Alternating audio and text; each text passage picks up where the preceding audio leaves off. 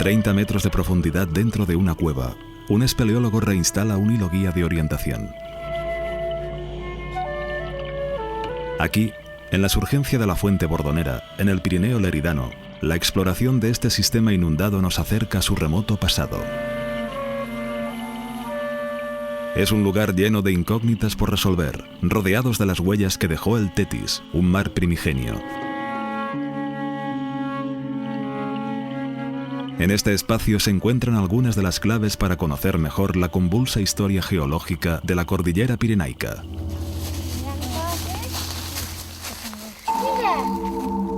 Hace 170 millones de años, este era un paisaje rodeado de humedales. Era uno de los numerosos brazos del antiguo mar de Tetis.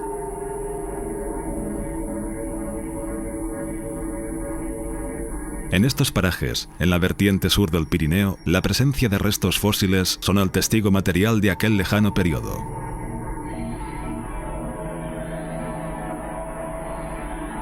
En el escenario actual, a 100 kilómetros de la costa más cercana, matorrales, pinos y encinas han colonizado un espacio muy diferente del que habría sido tiempo atrás.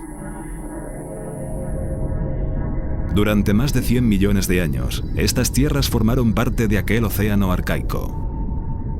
Y desde hace algo más de 30, que son tierra firme.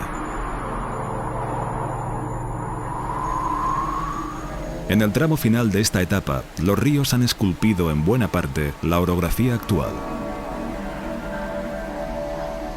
Pero muy por debajo, escondida dentro de la montaña, el agua también circula silenciosamente.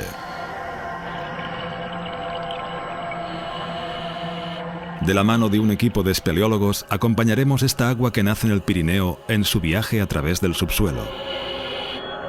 Con ellos descubriremos lugares que nunca antes habían sido explorados dentro de un laberinto geológico oscuro y hostil. Un espacio históricamente cincelado por el agua, donde ésta, forzada por la gravedad, siempre elige el camino que quiere seguir.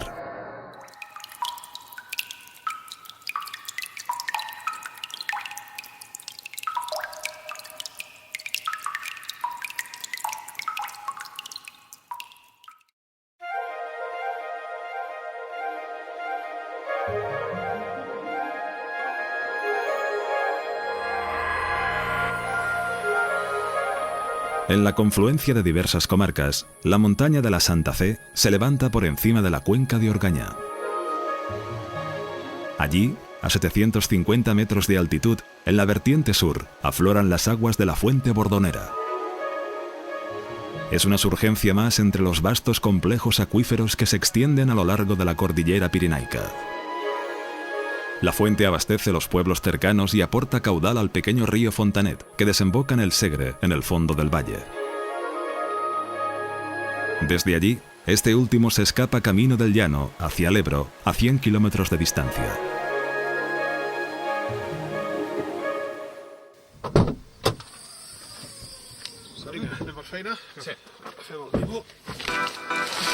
En la surgencia de la Fuente Bordonera coinciden desde hace años un amplio equipo de especialistas. Las características y la magnitud de este sistema inundado atrae a los investigadores a descubrir su funcionamiento. Por un lado, está el interés en conocer sus orígenes geológicos. Por otro, es un hecho reconocido la creciente necesidad del uso racional del agua. Es por ello que hay que identificar y cuantificar los recursos hídricos de cada territorio, en especial los subterráneos. Una de las formas de descifrar buena parte de los secretos de esta cueva es sumergirse en ella.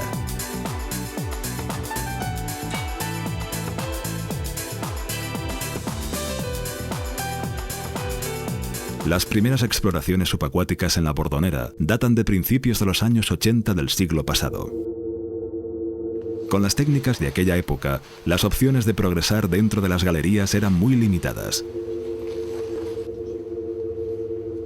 Actualmente, la seguridad se ve plenamente reforzada con la evolución de los materiales.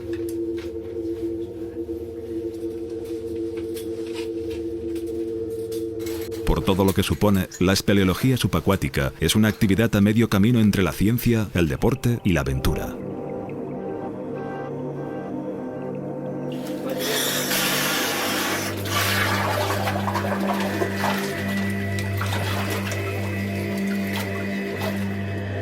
Resulta paradójico que cuando el agua insiste en salir de la montaña, los espeleólogos se empeñen en adentrarse en ella.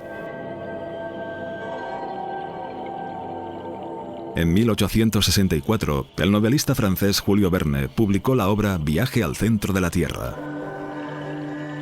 En esta, bajo la corteza terrestre, los protagonistas se enfrentaban a toda suerte de seres y escenarios, producto de la extraordinaria imaginación del autor. La realidad aquí es que estas rocas calcáreas habían sido un inmenso depósito de limos en el fondo de una extensa plataforma marina.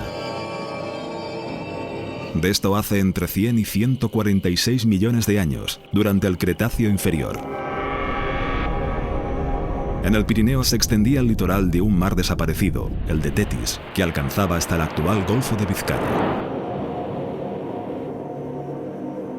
Los estratos donde se sitúa el acuífero se formaron en una zona de sedimentación, primero profunda y después somera. No muy lejos, a menos de 30 kilómetros hacia el sur y durante el mismo periodo, el litoral de ese mar formaba humedales y lagunas de agua dulce. En estos hábitats diversos se gestaron durante largas etapas los orígenes de muchas especies actuales. Los fósiles de aquellos periodos nos transportan a un paisaje cálido, húmedo y exuberante. Los renacuajos, presentes actualmente en todas las regiones acuáticas de interior, ya querían ser ranas hace 120 millones de años.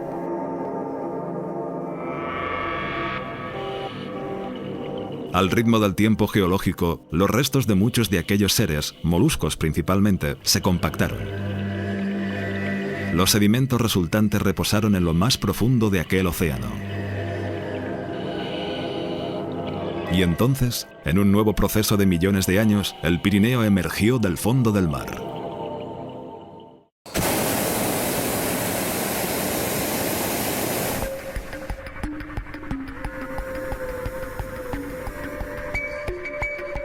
Entre 25 y 50 millones de años atrás, aquí sucedió un proceso extraordinario.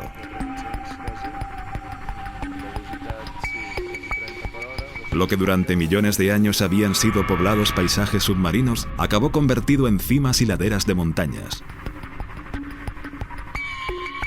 La colisión de las placas tectónicas de Eurasia y África sacudió los fondos marinos y lacustres del Tetis y estos desaparecieron.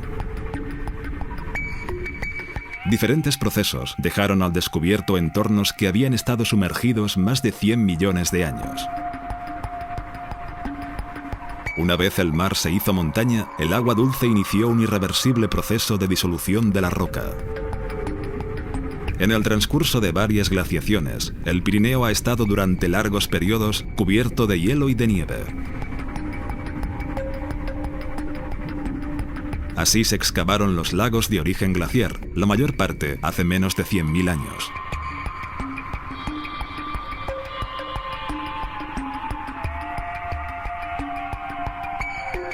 En estas alturas es donde empieza el ciclo del agua en altitud. Con el deshielo, esta se libera y fluye como un torbellino hacia los valles. Es la primavera. El aumento del caudal regenera el ecosistema de los ríos y garantiza el abastecimiento humano, agrícola y económico de sus riberas. Pero una buena parte del agua, invisible al ojo humano, atraviesa al subsuelo. Proveniente de la lluvia y del deshielo, esta huye bajo tierra. Allí penetra en las hendiduras que acribillan el mineral. Son los acuíferos kársticos.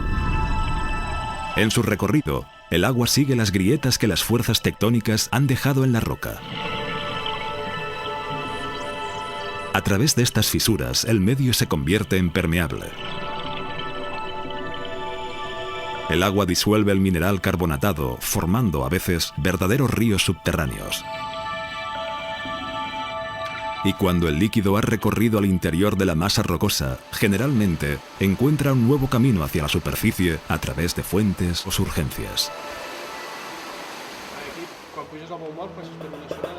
El geólogo Carles Balasch ha estudiado algunos de los sistemas inundados del Pirineo. Con los espeleólogos Josep Guarro e Hilari Moreno, estudian los mapas geológicos de la zona. Juntos analizan la disposición de las estructuras sedimentarias y las discontinuidades de la sierra por las que puede filtrarse el agua. Esto, y la topografía del sistema, permite interpretar la posible orientación y el recorrido de la cueva inundada. Pero no siempre es posible para los científicos acceder al trabajo de campo. Cuando esto ocurre, los espeleólogos toman la responsabilidad de las tareas en el interior. Con la topografía se levantan planos de las cavidades sumergidas. Es una tarea que permite plasmar gráficamente la orientación de los conductos y sus dimensiones. Cuando la lógica sugiere avanzar, los espeleólogos priorizan a menudo la consolidación de lo que ya han explorado. El motivo es que la investigación persigue el estudio ordenado del sistema. La exploración física de la cueva es una herramienta, no un objetivo.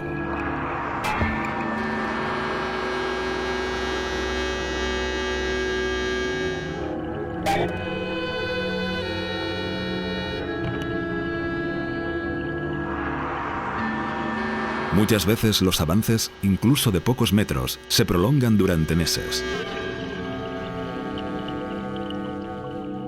Cuando los datos son procesados en el ordenador, la surgencia de la Bordonera muestra cómo es su perfil conocido. La cueva profundiza y se adentra en la montaña en dirección primero al norte y después al oeste. Esta trayectoria la confirma como el principal colector del importante acuífero kárstico de la Sierra de Boumort. Para que el agua se abriera paso a través de este antiguo lodo marino, han sido necesarios algunos miles de años. En la actualidad, se han explorado 500 metros de galerías y todo hace pensar que el sistema se extiende a kilómetros de distancia. El extraordinario volumen hídrico que acumula es uno de los aspectos que más interés despierta entre los investigadores. Del agua se sabe su destino y procedencia, pero todavía se desconocen muchos de los mecanismos que activan su circulación.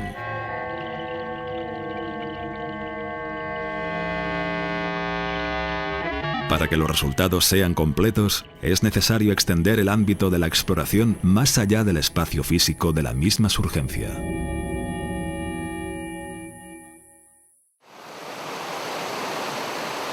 Estudiada como un sistema, la fuente aporta datos sobre el caudal, el aforo o las reservas líquidas. Se ha descubierto que hay una respuesta muy rápida ante las precipitaciones caídas en las cabeceras de la Sierra de Boumort. Y la duración de las crecidas es muy corta. Esto significa que el agua se recoge y se canaliza a través de conductos de grandes proporciones bien organizados. A lo largo del año, la lluvia y la nieve son las principales aportaciones de agua en los sistemas pirenaicos. En la fuente Bordonera hay una relación directa entre la pluviometría y el volumen de agua que circula durante las crecidas. El 2 de noviembre de 2008 hubo una de magnitud extraordinaria. Coincidiendo con un frente de lluvias torrenciales, la surgencia estalló por la presión del agua retenida. Se confirmó que miles de metros cúbicos de agua provenientes de un área de unos 40 kilómetros cuadrados pueden llegar a concentrarse en este punto. Los efectos del temporal fueron devastadores. Los deslizamientos y la fuerza del agua colapsaron de rocas el acceso a la fuente. Y cuando esto ocurre, solo hay una solución.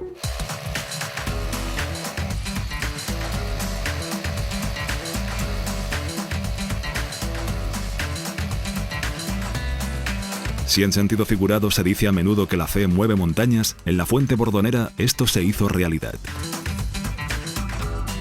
Fue necesaria una semana de trabajo para retirar del lugar diversas toneladas de piedras.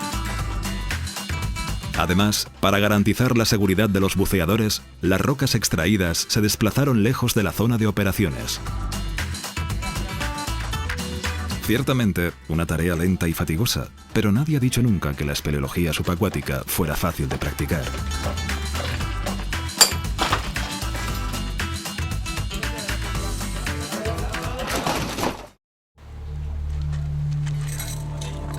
Al igual que las cuevas secas, las cuevas inundadas en general mantienen una temperatura estable.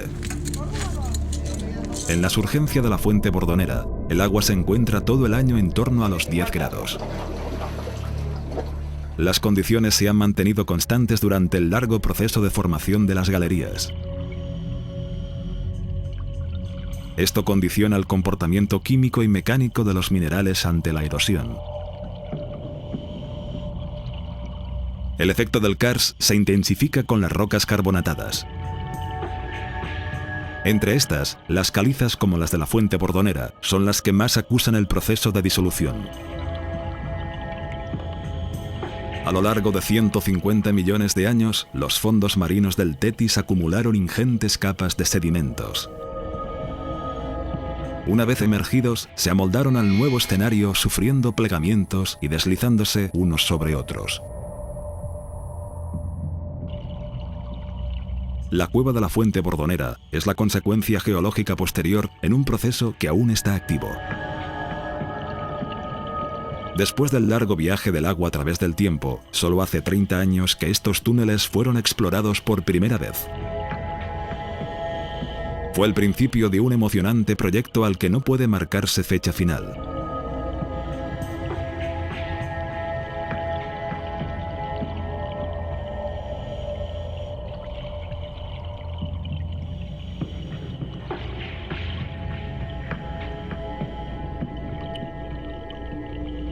El fondo máximo alcanzado hasta ahora en la Bordonera supera los 60 metros, con un descenso suave, siguiendo un conducto principal. La profundidad y la extensión del sistema complican técnicamente las operaciones. La roca descompuesta genera sedimentos que son arrastrados y depositados por toda la cueva. Este lodo, removido por la corriente o por el paso de los buceadores, enturbia el agua y reduce peligrosamente la visibilidad. Ante estas circunstancias, el retorno hacia la salida puede ser muy complicado. Por otra parte, el aire atmosférico respirado a gran profundidad tiene efectos narcotizantes sobre el organismo. Por ello, alcanzando estas cotas, por seguridad, se utilizan mezclas de gases. A menudo algunos de estos equipos se instalan previamente a lo largo del recorrido. Con este procedimiento se gestiona mejor el uso de las mezclas y su consumo en el curso de las exploraciones. Aún así, antes de emerger debe cumplirse un riguroso protocolo de descompresión. Esto se debe a que los buzos han estado respirando el gas diluyente en profundidad, sometido a una presión más alta. Hay que dar tiempo a que los tejidos equilibren las tensiones de estos fluidos con la presión ambiente. Para ello, deben detenerse unos tiempos determinados en cotas previas al ascenso y respirar oxígeno puro en el último tramo. Omitir estos procedimientos podría provocar graves lesiones o incluso la muerte de los buceadores.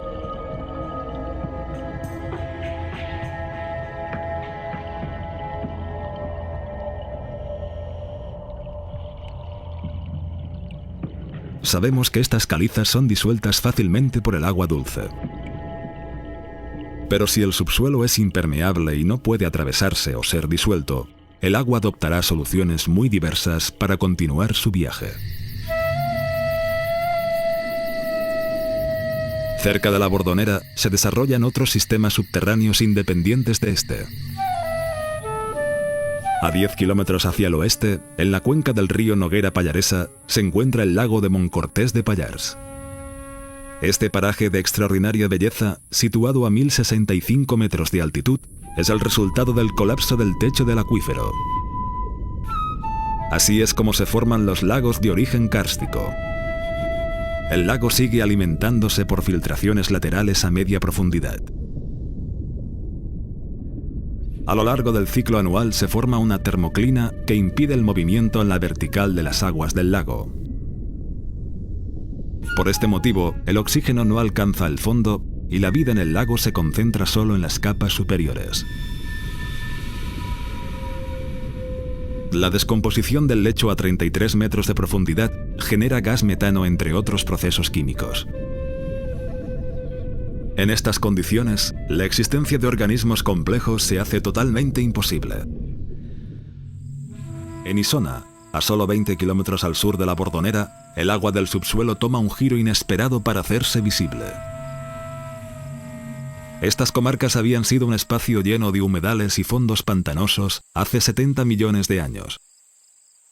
De aquel periodo se conservan plataformas marinas de poca profundidad. Durante años se ha mantenido la teoría de que estas marcas eran huellas de dinosaurios. Las últimas conclusiones, sin embargo, las atribuyen a un pariente de un pez cartilaginoso presente en muchos de los mares actuales: la pastinaca. Enterrados por el barro o la arena, centenares de estos peces debieron congregarse en este espacio. Debido a tormentas o a fuertes cambios en las corrientes, el sedimento debió cubrir rápidamente estos fondos y facilitó su conservación. Después que el plegamiento alpino afectara esta zona, el agua que circula bajo tierra comenzó a disolver el mineral. A muy poca distancia de las antiguas playas, los pozos de Bastur son un ejemplo. Se trata de dos ollas circulares que llegan hasta los 18 metros de profundidad. De forma similar al lago de Moncortés, se formaron por el ascenso del agua del acuífero del Sinclinal. El afloramiento se produce por diferencias de presión verticales. Las charcas experimentan variaciones de nivel dependiendo de la recarga que tiene el acuífero en las sierras cercanas. En un delicado equilibrio natural, el pozo principal acoge una gran concentración de fauna y vegetación. Pero a pesar de la paz aparente de estos lagos, en su fondo se esconde un secreto inquietante. Alcanzada la máxima profundidad, el lecho parece cobrar vida propia.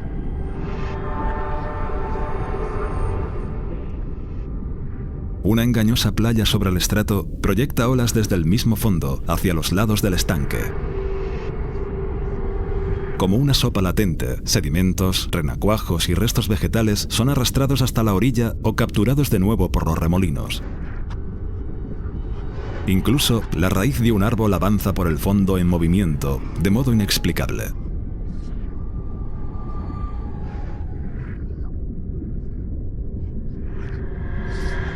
Nutridas por filtraciones y conductos organizados, las dolinas reciben el agua que asciende del acuífero por la presión.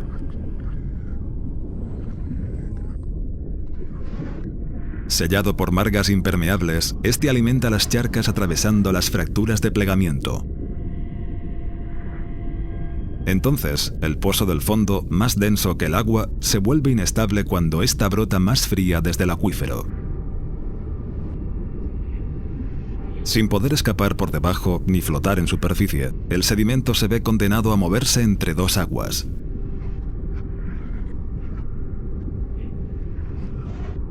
Y a diferencia de lo que sucede en el lago de Moncortés, el fondo removido permanece siempre oxigenado. Por ello aquí la vida encuentra refugio desde las cotas más profundas.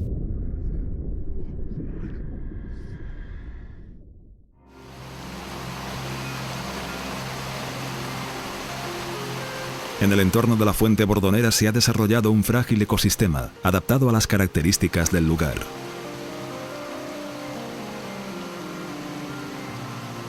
Refugiados en la penumbra de la boca de acceso y en el barranco donde vierte la surgencia, los tritones del Pirineo viven su ciclo vital. Estos urodelos, endémicos de la cordillera pirenaica, provienen aún de los periodos glaciales, cuando el hielo y la nieve lo ocupaban todo.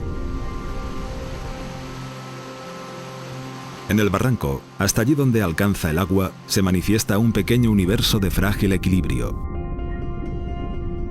Un mundo donde cada pieza es parte del engranaje y da sentido al conjunto. La vida en una cueva inundada requiere de un extraordinario y complejo proceso de adaptación. En los trabajos de investigación se obtienen muestras periódicas de microfauna con la instalación de trampas con cebos.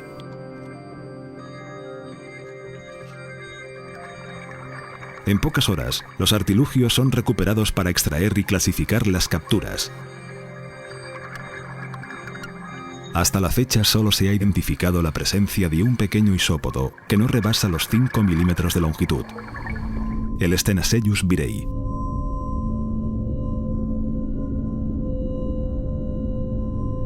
Este animal de forma primitiva ha evolucionado a partir de los primeros crustáceos que habitaron esta misma área marina hace 65 millones de años. Los posteriores cambios climáticos y geológicos del planeta empujaron a estas especies hacia el agua dulce. Desde este medio y a través de los freáticos, los isópodos progresaron partiendo de los niveles inferiores hasta colonizar las cuevas. Su extraordinaria estrategia de adaptación les ha permitido sobrevivir en condiciones acuáticas extremas. Incluso en la Antártida, donde se encuentran las aguas más frías del planeta.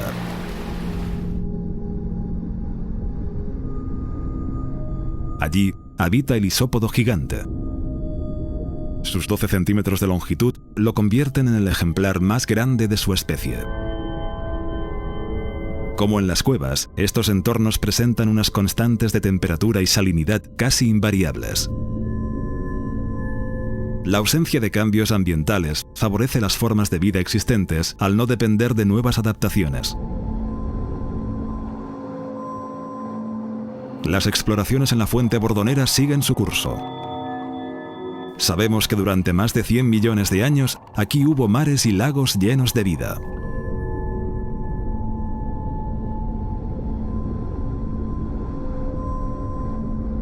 La acumulación de los restos de seres vivos que lo habitaban dio forma a sus fondos. Más tarde, la actividad de las placas tectónicas los elevó hasta convertirlos en montañas.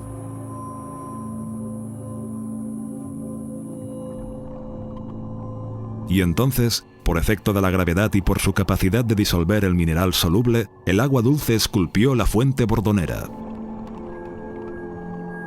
Una leyenda local explica que hace muchos años, la maldición de una bruja secó 2 fuentes que brotaban hacia el vecino valle de Cabó.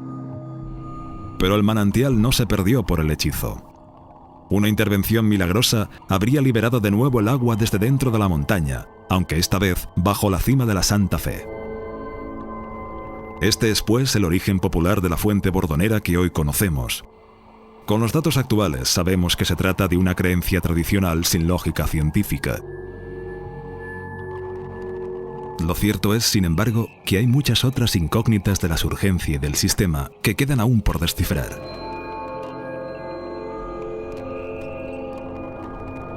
Quizás la respuesta a todas ellas se encuentre algún día en el interior de este rompecabezas inundado.